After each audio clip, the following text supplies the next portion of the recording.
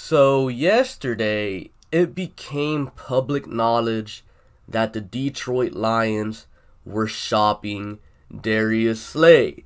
Now, if you've been following me for a while, then you probably already know. Darius Slay is my favorite non-Texans player in the NFL. Like, he's been my favorite player for like 4 years now. But before we talk about this whole Darius Slay situation and, with the Texans, potentially, possibly, hopefully, I don't know, trading for Darius Slay, be sure to hit that like button and that sub button if you haven't done so already for whatever reason. But yeah, anyways, Darius Slay. I know a lot of people don't know Darius Slay because I know for a fact that Darius Slay is arguably one of the most underrated players in the NFL. Now, Darius Slay, he's a corner for the Lions, early second round pick from 2013, I believe. He's a Pro Bowler. I believe he's also an All-Pro player. Dude is like 6'1", fast. He's lengthy. Like, he is your ideal corner. He bats the ball away. He gets interceptions. He's very sticky in man coverage. Like, the dude is your ideal corner. Like, he's perfect. He is an elite corner. He is a guy that can line up one-on-one in an island against the Julio Joneses of the world and actually shut them down. That's what Darius Slay can do. He is that good. He is that type of good. Now, as we all know, the Texans, well, they kind of need a corner because right now all they really have is Alani Johnson and Garyon Conley. Because Roby, we don't know what's going to happen with Roby. He's a free agent. He might walk, he might stay. I don't know. And then Vernon Hargreaves just got cut a couple of days ago. And, let's talk about that real quick. A lot of people are asking me, what do I think about Vernon Hargreaves getting cut? Now, look, I absolutely loved Vernon Hargreaves. I think he showed a bunch of flashes. Was inconsistent, but he's 24. I did think he could get better.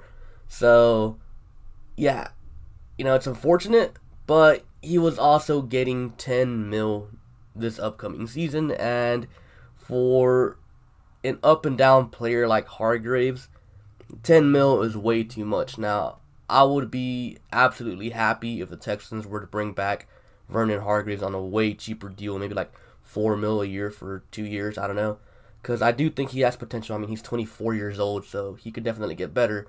But for $10 million, can't do it. It was something that had to happen to save a lot of cap space. So, yeah. But we need corners, and Darius Slay is available. When you look at all the corners that are available at the moment, like the ones that are going to be free agents, like Byron Jones, Ronald Darby, James Bradbury, AJ Boye, I don't know, Trey Waynes, Xavier Rhodes, Chris Harris. You look at all those guys that are going to be available. Darius Slay is better than every single one of them. Darius Slay is the best corner available this offseason. And honestly, I don't think it's that close. Like, I like Byron Jones, but Byron Jones doesn't get interceptions like Darius Slay. Like, Darius Slay does everything. He bats the ball away. He gets the interceptions. He's shut down. Like, Darius Slay is your ideal corner, and the Texans need someone like Darius Slay, I feel like, The Texans haven't had an elite corner since, probably 2014 when J.J. was still good, but that was, 5 years ago, dude.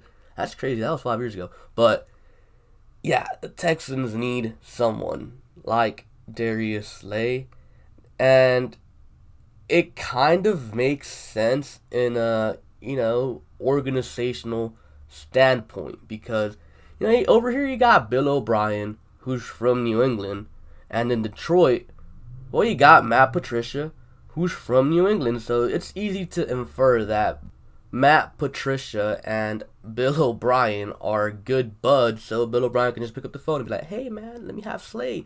And then Patricia will be like, okay. So, yeah, it makes sense in so many different ways. Now, here's the thing. Like I said, I love Darius Slay, and in a perfect world, I would definitely bring Darius Slay to Houston. My favorite non-Texan player becomes a Texan. That'd be amazing. But see, I'm realistic, and we just can't do it. We just can't. It sucks. I want to be selfish and be like, yeah, go do it. But you gotta look at this, from the bigger picture, I guess. Yeah, Darius Slay would be our elite shutdown corner, but at what cost, First, you gotta, give Detroit a second or third round pick because that's what they reportedly want. And I'm pretty sure since the Texans are picking late, it would be a second round pick. A second round pick for Darius Slay. Now, we had a first round pick and, all the good stuff. I'd do it. But we don't have a first round pick. So, trading away our second round pick, it's kind of really tough for me. And then, not only that, once you give Detroit the picks, you have to negotiate a new contract with Darius Slay because that's what Darius Slay wants. He wants a new contract. He wants to be the highest paid corner in the league, and rightfully so. The dude deserves that contract. Now, I don't think the whole cap space thing, signing Darius Slay to a contract, is an issue. He'll probably get around 15.5 mil a year, 16 mil for 3 years. I don't mind that at all. Darius Slay deserves that money. The dude has earned it. He is shut down. Now, I don't think that's an issue because the Texans just cleared up 10 mil in cap for cutting Vernon Hargreaves, and then you could just let Roby walk and, pay Darius Slay what you were giving Roby and Vernon Hargreaves. I think we could manage it through the cap space. I think that's fine. But my issue comes with trading a second round pick. As much as I love Darius Slay, as much as Darius Slay would help this team, I just don't think it would be smart to do it.